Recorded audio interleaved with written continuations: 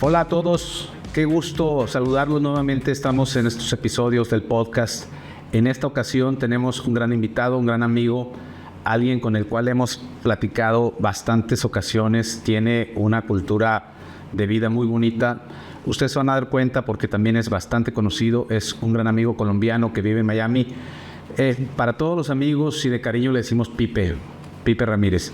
Eduardo, muchas gracias por la invitación, de verdad me honra estar aquí contigo. Pues hombre, Pipe Ramírez es un colombiano que nace en Cali, ahí viví los primeros 25 años de mi vida, con una vida entre el emprendimiento, pero también muy desordenada en hábitos, mucha fiesta, mala comida, o sea, todas las que no.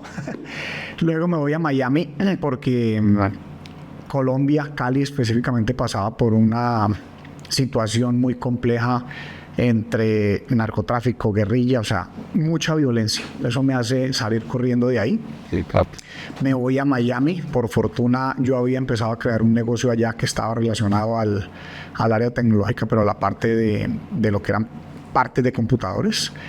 Y allá me establezco, Eduardo, y bueno, sí, me meto en el negocio de los bienes raíces. Me agarra la crisis del 2008. Todo esto, grandes aprendizajes, y para ese momento, calculo yo para el 2012 aproximadamente, pues todos estos malos hábitos acumulados me llevan a un momento muy complejo en mi vida, con muchos problemas de salud que vamos normalizando, ¿no? O sea, dolor de espalda, gastritis, alergias, Sobrepeso. mala digestión, sobrepeso extremo. Y en ese momento, pues además muy confrontado porque esa crisis me lleva a una bancarrota, pues digo, o hago un cambio radical en mi vida o voy a volver a tener los mismos resultados. ¿Qué edad tienes ahí? En el 2012, estaba a los 30 y...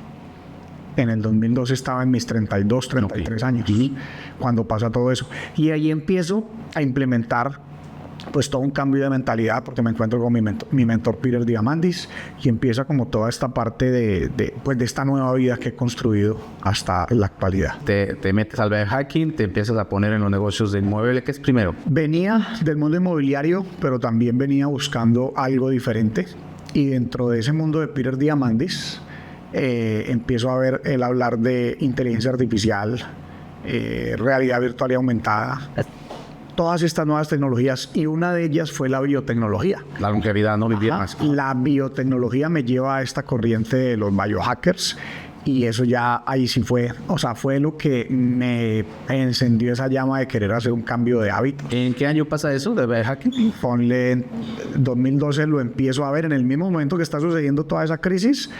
Ponle que al 2014 ya había internalizado, o sea, en esos 2 años ya me había leído los libros de Peter. Por Peter había llegado a otros autores, David Sinclair, Dave Asprey, y entonces al 2014 ya estaba implementando yo en mi vida pues todos estos. ¿Cuándo dices tú que recuperas tu salud? O yo que desde siempre que te veo pues en fitness, ¿no? Pero ¿cuándo es que tú recuperas lo que en algún momento tenías de buena salud? En el mismo 2014, ya con hacer unos pequeños cambios en la alimentación, ya en ese momento me sentía bastante bien. Y cada vez fue mejorando porque fui implementando, cosas que hago hoy en día, el ayuno intermitente, la mayor parte de los días. Empecé a mirar el tema de suplementación, empecé a entender cuáles alimentos eran de verdad mejores para mi cuerpo, cuáles interferían. Entonces empecé a probar una serie de cambios. Implementé el ejercicio. Nunca en mi vida había hecho ejercicio. ¿No eras atlético? Nunca. Me volaba de la clase de educación física y nunca hacía ejercicio. Entonces ahí implementé el ejercicio, implementé la meditación, ejercicios de respiración. Eso fue lo que fui haciendo, ponle tú, del 2014 muy constante hasta el 2018. Y en el 2018 es que viene un segundo quiebre muy grande en mi vida, porque hay un divorcio, hay un dolor constante en la parte baja de la espalda, hay una ruptura de unas sociedades que había constituido para hacer construcción de casas en Miami. Bueno, todos los problemas al mismo tiempo en una sola movida.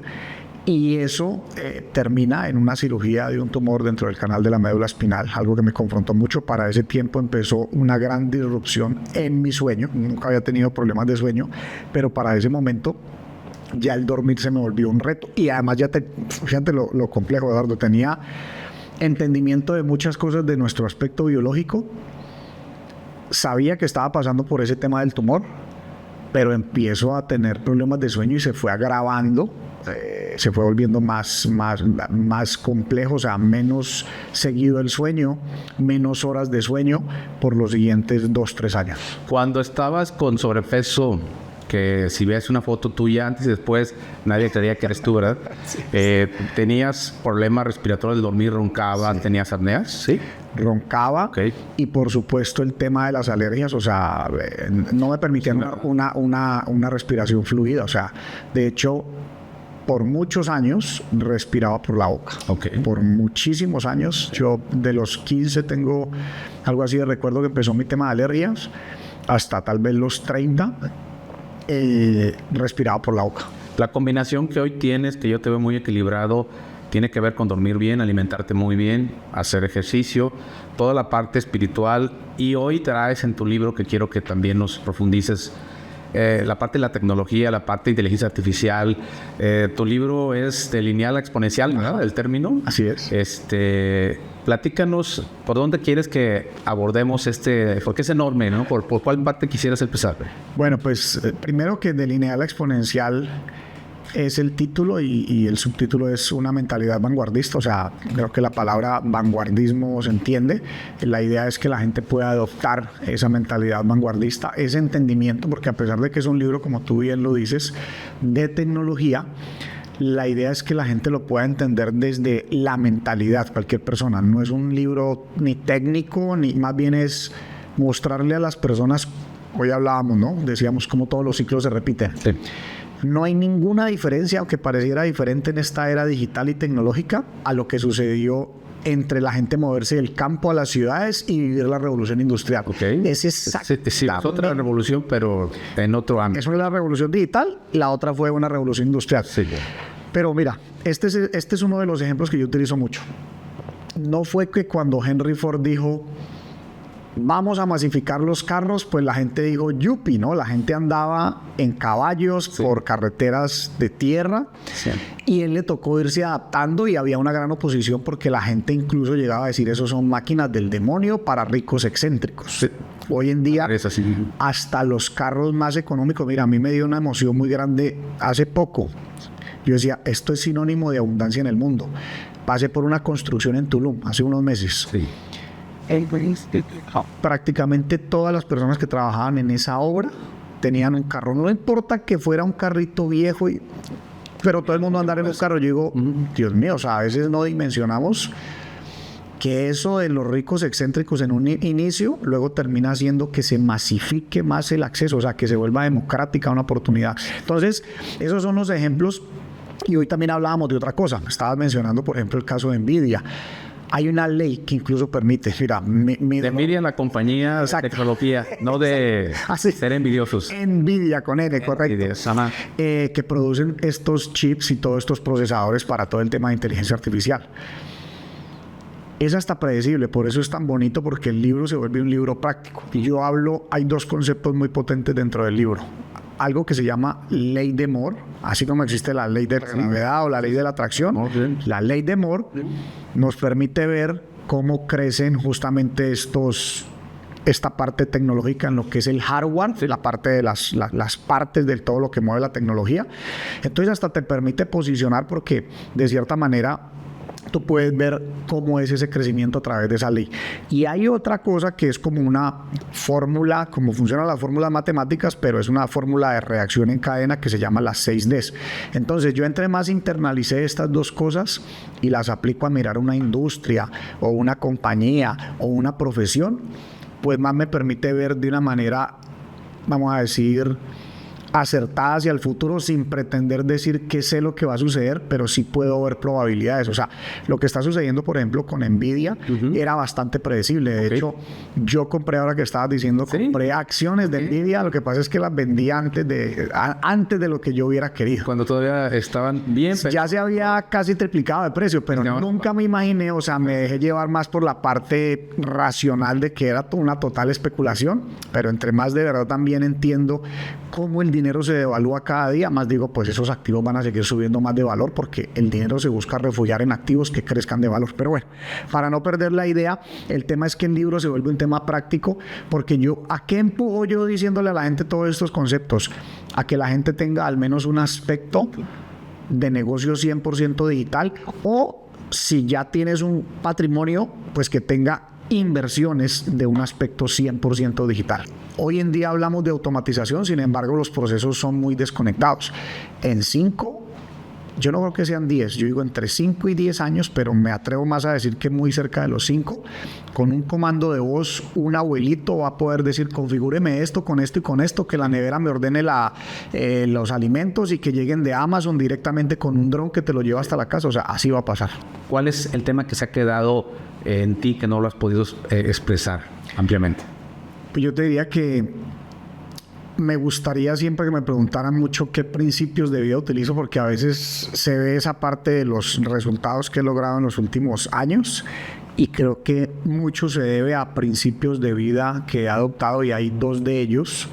Hay un término que es, y yo coloco eso como primer principio de vida, me lo reafirmo todos los días: ser irrazonable, que es no irracional, sino irrazonable, o sea, hacer cosas que estén fuera de mi razón. Esto es un concepto de Joe Dispenza, de su libro Deja de ser tú. Entonces, lo que pasa es que a medida que van pasando los años en nuestra vida, estas redes neuronales nos reafirman quiénes somos, ¿no? Después de los 30, el ego te va haciendo creer un cuento y te reafirma y te encasilla, ¿sí? y no te permite entonces eso luego tener una apertura de mente. Y cuando haces cosas que estén fuera de tu razón, y digo, no se trata de hacer nada alocado ni fuera de la ley, exacto, pero sí se trata de, no sé, un ejemplo, yo le digo a alguien, pues si eres muy extrovertido, pues practícate en un momento ser introvertido, porque, o sea, de pronto hablan mucho, pues se escucha más, y viceversa.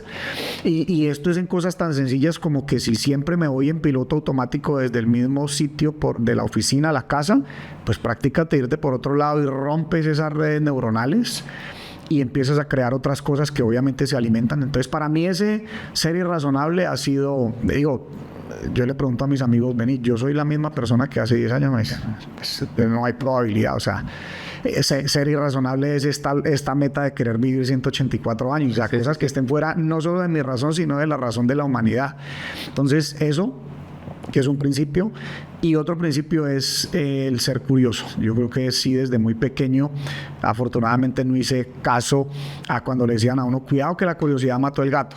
Y si nosotros buscamos la definición de curiosidad, es un sentimiento positivo que solamente empuja a la humanidad hacia adelante. Realmente no es, las cosas negativas no vienen de la curiosidad solamente te empuja a explorar. Entonces creo que nos hace falta ser curiosos, cultivar la curiosidad como principio de vida, y recuperar o rescatar ese niño interior que todos tenemos, porque si lo miramos desde el aspecto espiritual, venimos con toda la divinidad que nos envía Dios, el universo, en lo que quieras creer, y lo vamos perdiendo justamente por estas reglas de la sociedad y por el cuadriculado que tenemos que ser. Entonces creo que hay que practicarse ser razonable, ser curioso y rescatar ese niño interior para desarrollar cosas. Cuando tú solito te vas haciendo trampas, ¿no?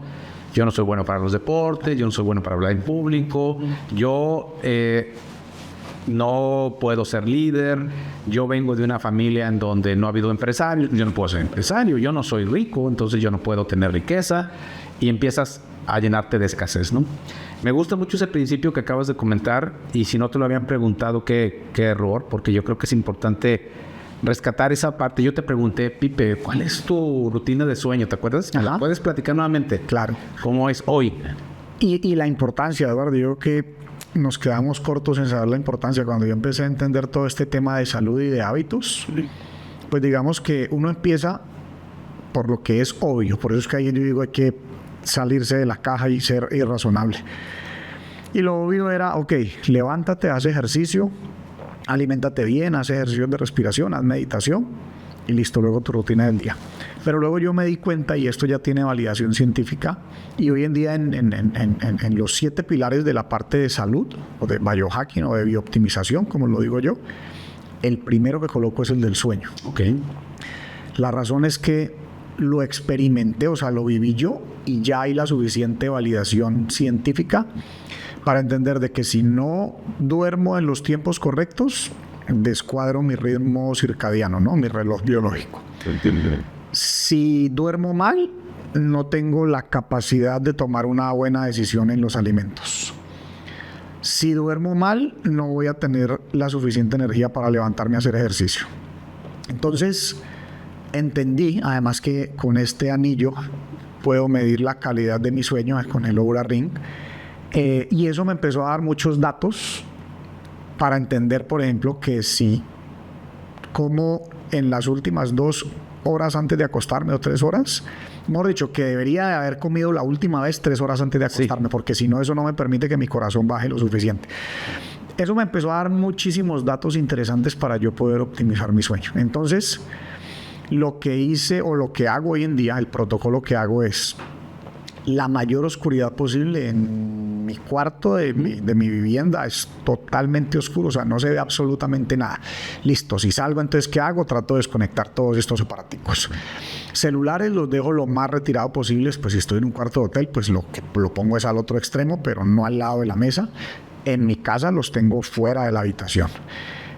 No comer esas 2-3 horas antes, y lo óptimo sería no utilizar el celular 1 hora antes. Es un gran reto para mí también, pero por lo menos media hora antes hago mi ejercicio de respiración, mi última conexión con Dios, mi meditación, y pues ahí me fui a dormir de la manera óptima. Qué buena disciplina. Y he logrado, o sea, me doy cuenta ya, o sea, aquí en la medición que hago, me doy cuenta que es que lo siento, o sea, de verdad que el último año recuperé el sueño que venía en disrupción desde ese año que te decía, 2018, 19, 20, 21. Ya en el 22 empezó a mejorar, pero no llegaba al punto hasta que fui detectando esas cosas que eran indispensables para optimizar ese sueño. Y te me puede dar cuenta, pues como estamos en una era digital y de datos, pues tenemos datos a nuestra disposición, pues cómo no utilizarlos en favor. Y yo te digo, hoy en día soy el defensor. Si me dicen qué es lo primero que debería hacer, que creo que es lo que más sacrifica a la gente fácil, por las razones que te quieras inventar, porque hay muchas cosas en que pensar. La gente lo primero que sacrifica es el sueño, porque vuelvo y te digo, se hace evidente como si fuera el ejercicio, la alimentación y otras cosas. Y yo digo, lo primero es el sueño. Estoy de acuerdo. Yo cuando te conozco, yo soy muy visual. Yo creo que sí te veo más joven. Porque es curioso, Pipe, cada vez que te veo, obviamente no creo que estés creciendo más. Siempre tuviste obviamente una buena estatura. ¿Mides cuánto? 1.93. 1.93. Y entonces, no sé por qué recuerdo que Pipe era casi como de mi estatura. Yo mido 1.78. Y siempre que vienes, siempre que nos vemos, digo, caray, Pipe está creciendo, ¿no? Pero sí te veo.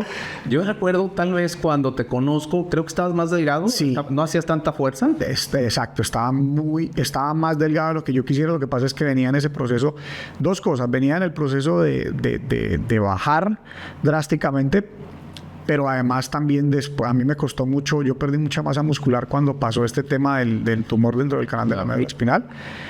Perdí mucha masa muscular y luego volver a recuperar eso y además llegar a los niveles de suplementación efectiva y otra vez la alimentación. O sea, me costó mucho volver, digamos, a subir esa masa muscular. Oye, y con todo que tú estás en Miami, siempre está el sol, como que también veo que tu piel está más joven, ¿o no? Es un tema, mira que me lo dicen muchísimo. Sí, las amigas, que tú sabes que las mujeres siempre andan pendientes, se fijan mucho en eso. Me dicen, ¿qué te estás echando? Yo les digo, la verdad, yo me echo una crema muy básica, o sea, no, nada más, pero sí creo que es un tema de lo que es rejuvenecerse a nivel celular. Sí, te veo más joven. Eso es una de las cosas que tú sabes, lo que observas. no es lo que crees, no es lo que piensas, es lo que observas. Sí. Y cada vez que te veo con energía, te veo erguido, te veo positivo, te veo más joven. Y entonces digo, no, sí está funcionando. Recuérdanos cómo se llama el libro, por favor. Miren, el primero se llama Recablea tu cerebro y el segundo se llama Delinea la exponencial.